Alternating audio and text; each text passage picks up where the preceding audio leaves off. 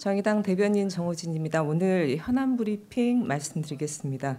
서정대 주택산업연구원 내정자에 대한 이사회 승인을 하루 앞둔 어제 승인 보류가 결정됐습니다. 입에 담기 민망한 성희롱 발언 등으로 자진 사퇴가 거부되고 한국감정원장에서 해임된 서정대 내정자의 이력은 이미 악명이 높습니다. 그러한 당사자가 민간기관이라는 이유만으로 주택산업연구원 고문직을 맡고 심지어 원장으로 단수 추천된 일련의 과정 자체는 유독 성폭력에 무감각한 기관들의 심각성을 여실히 보여줬습니다.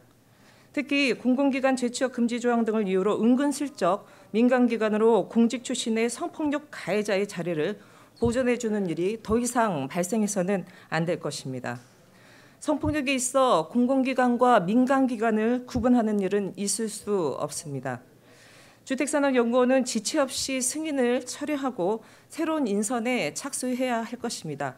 더불어서 관계당국은 제2, 제3의 서정대가 다시는 발생하지 않도록 관련된 제도 개선에 대한 보완을 마련해야 할 것입니다. 다음은 기습폭우 피해와 관련돼서 말씀드리겠습니다. 최근 전국적으로 기습적인 폭우가 쏟아지고 있습니다. 갑작스러운 폭우로 어제 한 명이 사망하고 부상자와 이재민이 속출하고 있습니다. 고인의 명복을 빌며 유가족과 크게 상심하고 계실 피해 지역 주민들께 깊은 위로의 말씀을 전합니다. 태풍 쏠릭의 피해를 파악하기도 전에 예상치 못한 폭우로 많은 국민들이 소수무책 피해를 입고 있습니다. 그리고 특히 오늘 오후에도 또다시 폭우가 내릴 것으로 예상되고 있는 지역이 있는 만큼 정부와 지자체에서 대비책을 철저히 세워야 할 것입니다. 유례없는 기상이변이라 해도 손 놓고 지켜볼 수만은 없는 일입니다. 특히 도심 침수 문제가 대두되고 있는 만큼 새로운 대응 기조를 세워야 할 것입니다. 더 이상 폭우로 인한 피해가 없길 바라며 국민들의 안전을 지키는 데 빈틈없는 대책을 마련하는 계기가 되기를 바랍니다. 다음 무척 안타까운 현안 브리핑 하나 말씀드리겠습니다. 지난 2009년 성폭력 피해를 호소하다가 스스로 목숨을 끊은 단역 배우 자매의 장례식이 9년 만에 치러졌습니다. 단역 배우 자매 사망 사건이 2004년 보조 출연 아르바이트를 하다가 12명에게 성폭력 피해를 입었으며 사회적 고립과 그리고 수사관의 2차 가해로 인해 자매가 목숨을 스스로 끊은 사건입니다. 하지만 죽음으로써 세상의 성폭력 피해의 사실을 고발했던 자매의 간절한 위투는 9년이 지나도록 그 누구도 죄에 상하는 죄값을 치르지 않은 채 미안결로 남아 있었어야 했습니다. 지난 3월 청와대 청원이 20만 명을 돌파하고 이 사건은 죄제명되었고 진상조사팀도 꾸려졌습니다. 경찰청은 자료를 확보하고 관련자 20명에 대한 조사를 실시하겠다고 밝혔지만 5개월이 지난 지금까지도 조사 결과 발표는 미뤄지고 있는 상황입니다. 이제 두 자매가 목숨까지 잃었어 했던 미투에 우리가 응답해야 할 때입니다. 이미 오랜 시간이 흘러버렸지만 과거의 사건이 제대로 완결을 짓지 못한다면 앞으로 수많은 미투 역시 근본적인 해결을 기대하기가 어렵습니다. 이 세상 모든 미투의 근본적인 해결을 위해 이 사건의 진상을 전면적으로 철저히 재조사해 모든 가해자를 엄중히 처벌할 것을 촉구합니다.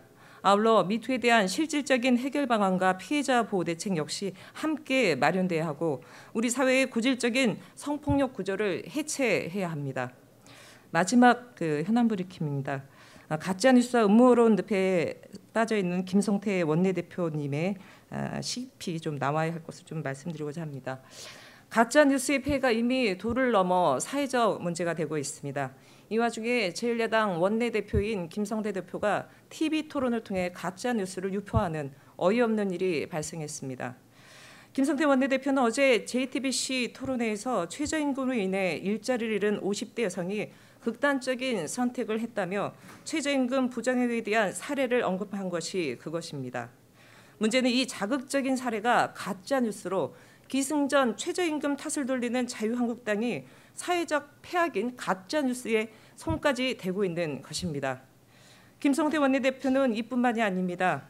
법인카드 사용 논란으로 세간의 비난이 쇄도되고 있는 함승의 강원랜드 이사장에 대해서는 음모론까지 들고 나왔습니다. 내 생각과 다르면 가짜뉴스도 음모론도 서슴없이 들고 나오는 김성태 원내대표는 분명히 알아야 할 것입니다. 자극성과 중독성이 강한 가짜 뉴스와 음모론의 늪에 대한민국 제1야당 원내대표가 빠져 있으면 추락하는 보수 정치의 기사 회생은 있을 수 없다는 점을 분명히 알아야 할 것입니다. 예, 오늘 현안 브리핑 마치겠습니다. 좋은 하루 되십시오.